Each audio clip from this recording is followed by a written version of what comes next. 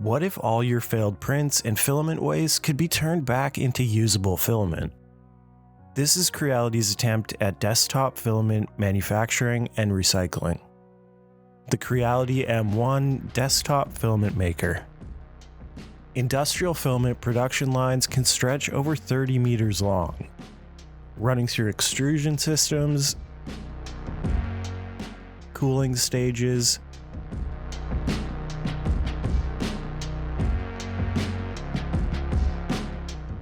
laser measurement tools, pullers,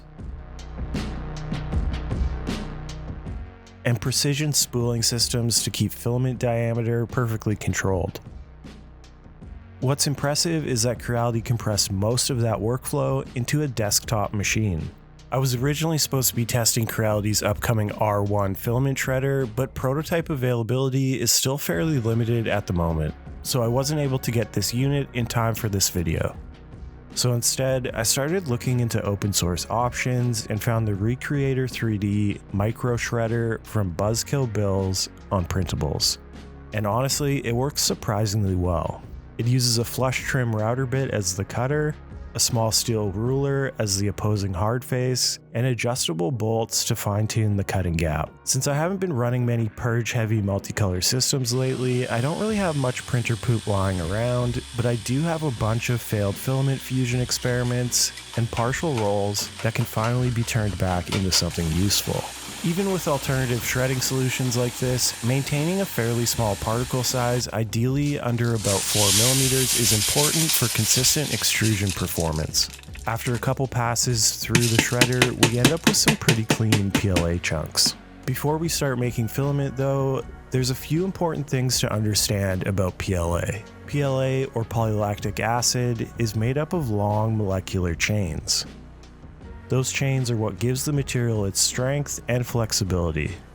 PLA starts softening around 60 degrees Celsius, which is known as its glass transition temperature. When filament passes through a 3D printer's hot end, it's heated evenly to a molten state, extruded quickly, and cooled rapidly to maintain those chains, giving your print strength without becoming brittle. If the material sits hot for too long, especially while moisture is present, those molecular chains can begin breaking down through thermal and hydrolytic degradation. And when that happens, the plastic becomes brittle.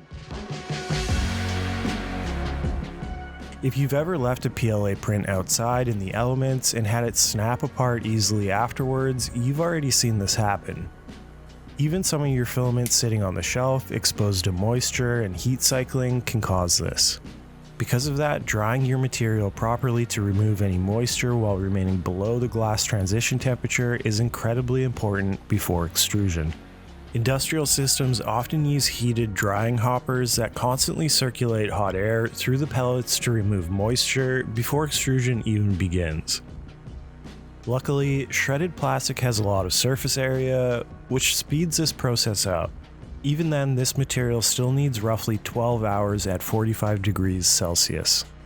So with that in mind, I loaded all my material into this forced air oven and let it dry overnight.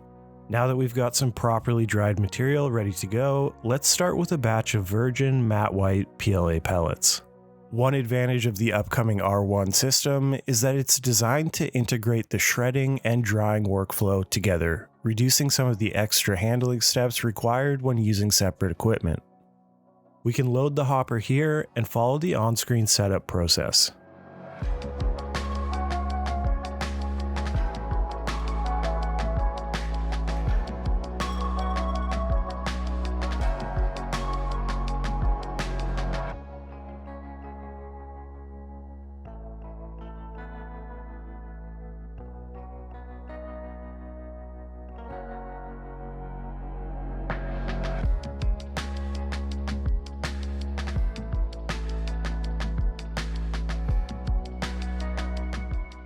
Once everything is preheated, this little carriage system magnetizes onto the extruder nozzle and guides the filament through a series of spring-loaded metal guides.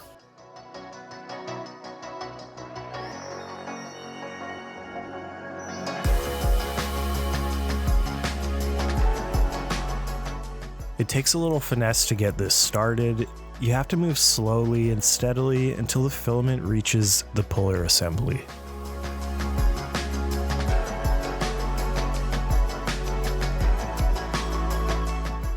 From there, you trim the filament and feed it into the puller. If everything goes well, you'll eventually see filament emerging near the uptake spool.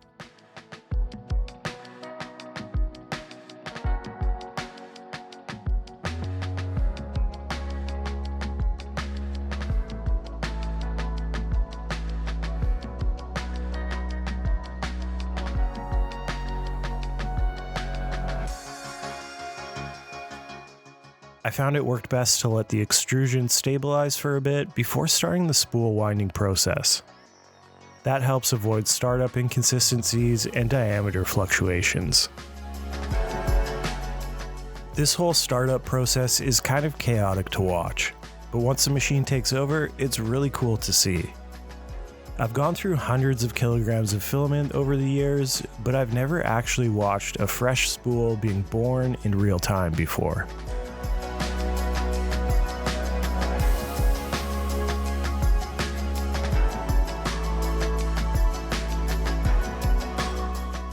Filament diameter is incredibly important.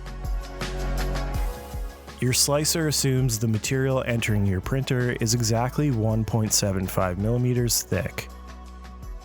Any variation from that directly affects print quality. Inconsistent extrusion can show up as rough walls, uneven top layers, nozzle dragging, or visible gaps in solid surfaces. Premium filament manufacturers often advertise tolerances as tight as plus or minus 0.02 millimeters. The M1 claims around plus or minus 0.05 with virgin PLA, and wider tolerances with recycled material, which honestly lines up pretty closely with what I'm seeing on the live diameter readout here. So let's talk about how this machine actually works. Under the hopper is a large auger screw that feeds pellets down into the heated extrusion system. The hot end assembly appears to be wrapped in ceramic insulation to help maintain stable temperatures efficiently. From there, the molten plastic gets pulled through a series of tension rollers while cooling air is directed across the filament path.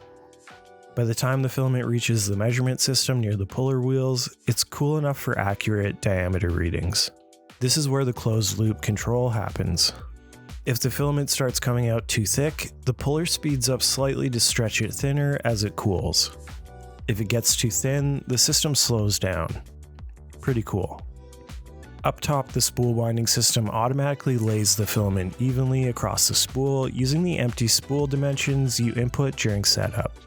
The spool speed also changes dynamically as the roll fills up, compensating for the increase in circumference. Now that we've got a stable spool going, I'm going to slowly introduce some of our recycled material so I don't have to restart the whole machine again. And almost immediately we can see the filament transition from white into this purple-pink blend.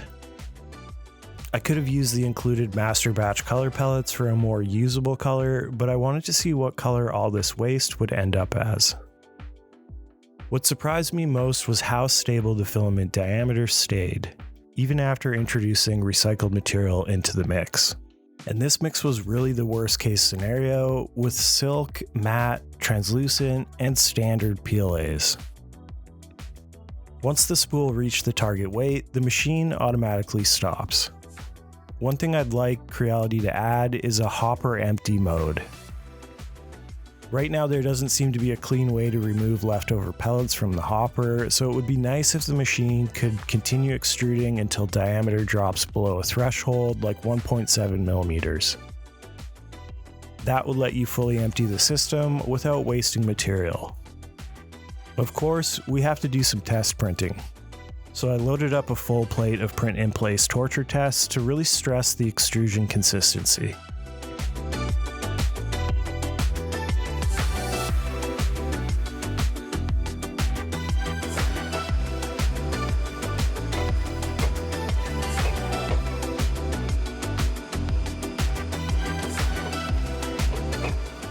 And honestly, the results are better than I expected.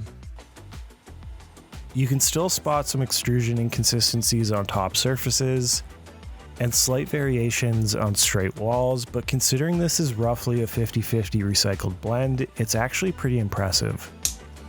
For functional parts, prototypes, cosplay armor, or anything that gets sanded and painted, this is absolutely usable. Compared to buying finished filament, there can definitely be savings over time here, especially when you incorporate recycled materials into the mix. But the more I think about it, the less I see this as a machine for simply making cheap PLA. I see it more as a material development and recycling platform. The ability to experiment with recycled plastics, custom color blends, engineering materials, and specialty additives is really where something like this becomes interesting. The M1 isn't limited to PLA, and Creality lists support for a range of materials including ABS, ASA, PETG, TPU, nylon, and even polycarbonate. For someone building functional automotive parts, workshop fixtures, outdoor components, or prototype enclosures, being able to manufacture filament from pellets opens up material options that aren't always available off the shelf. And because engineering-grade pellets can often be purchased in bulk, the economics can look very different once you've moved beyond basic PLA.